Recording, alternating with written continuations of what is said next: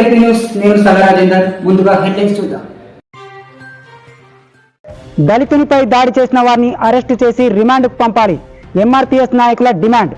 జగిత్యాల పట్టణ కేంద్రంలో సమావేశం నిర్వహించిన ఎంఎస్పీ ఎంఆర్పీఎస్ నాయకులు మాట్లాడుతూ మెట్పల్లి మండలం పెద్దపూర్ గ్రామానికి చెందిన గొర్రె రంజిత్ తేదీ 23/2024 రోజున ఉదయం 8 గంటల సమయంలో హోటల్ వద్ద ఛాయ్ తాగుతున్న సమయంలో ఇతరులతో మాట్లాడుతుండగా అక్కడే ఉన్న మెట్పల్లి జడ్పీటీసీ భర్త అయిన కాటిపల్లి శ్రీనివాసరెడ్డి అనవసరంగా కల్పించుకొని నానా బూతులు తిడుతూ చెప్పుతో కొడుతూ కులం పేరుతో తిడుతూ ఎప్పటికైనా నీ చావు నా చేతుల్లోనే ఉందంటూ చంపడానికి వస్తుంటే అక్కడ ఉన్నవారు అడ్డుకున్నారు. దీంతో అదే రోజు పోలీస్ స్టేషన్లో ఫిర్యాదు చేయడానికి వెళ్లడం జరిగింది.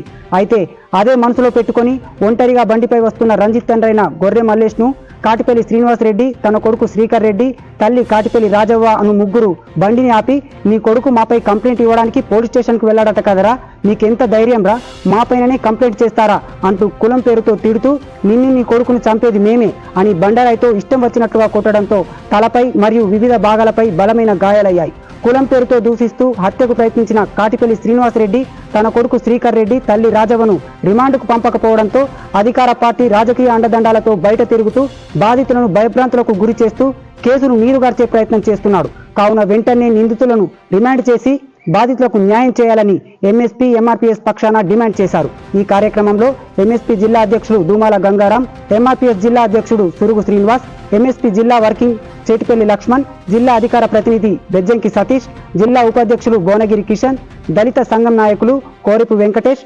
బాధితులు గొర్రె రంజిత్, గొర్రె మల్లేశం తదితరులు పాల్గొన్నారు.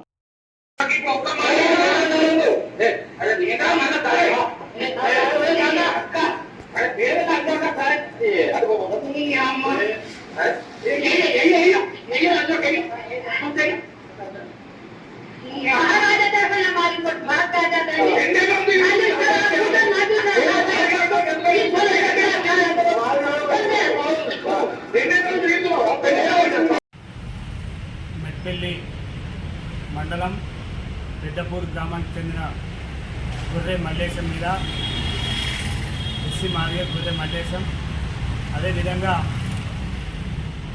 మెట్పల్లి జెడ్పీటీసీ భర్త అయినటువంటి కాటిపల్లి మరి శ్రీనివాసరెడ్డి అతని కొడుకు మరి దాడి చేయడం జరిగింది. 20 తారీఖు నాడు జరిగితే మరి అదే రోజు పిటిషన్ ఇవ్వడం జరిగింది. మరి గురుట్ల పోలీస్ స్టేషన్లో ఎఫ్ఐఆర్ నమోదు చేసి ఇప్పటి వరకు కూడా శ్రీనివాసరెడ్డి మీద ఎలాంటి చర్యలు చేపట్టకపోగా మరి శ్రీనివాసరెడ్డి రాజకీయ పలుకుబడితో మరి ఏదైతే సాక్ష్యం చెప్పినటువంటి వారిని, అదేవిధంగా ఈ యొక్క దెబ్బలు పడ్డ బాధితుని కుటుంబ సభ్యులను కూడా భయభ్రాంతులకు గురి చేసే విధంగా శ్రీనివాసరెడ్డి రాజకీయాన్ని అడ్డం పెట్టుకొని చేస్తున్నట్టు అక్కడ మాకు కనబడతా ఉంది.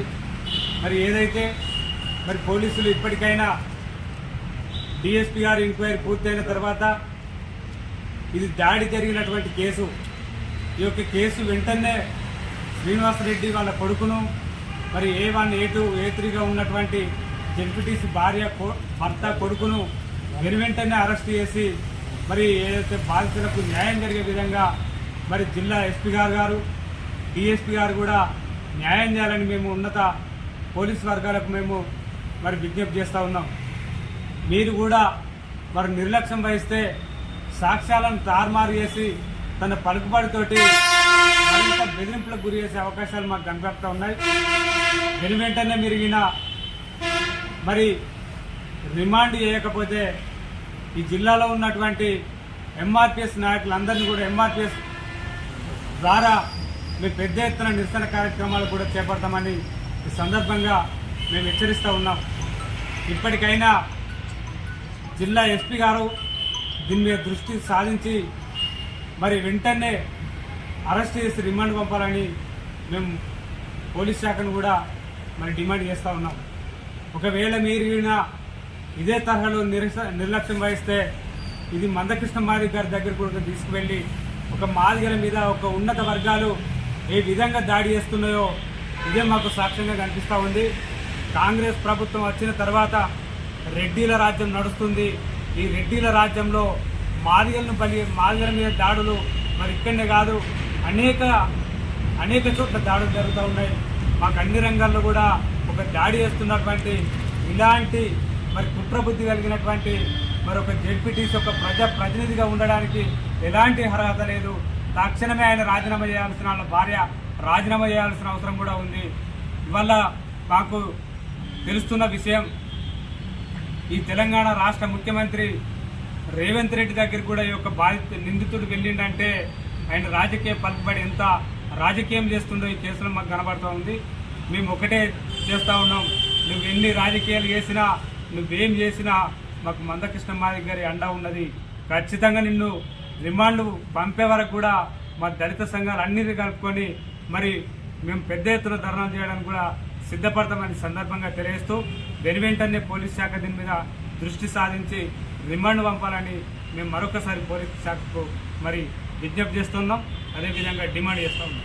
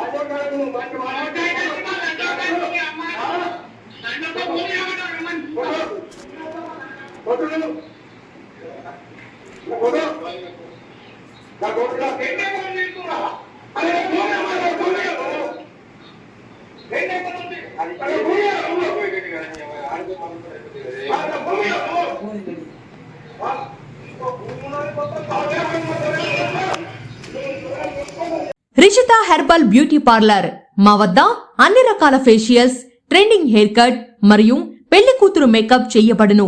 మా address bus stand out gate, new municipal road, Korutla. సంప్రదించవలసిన నంబర్ 9100476724.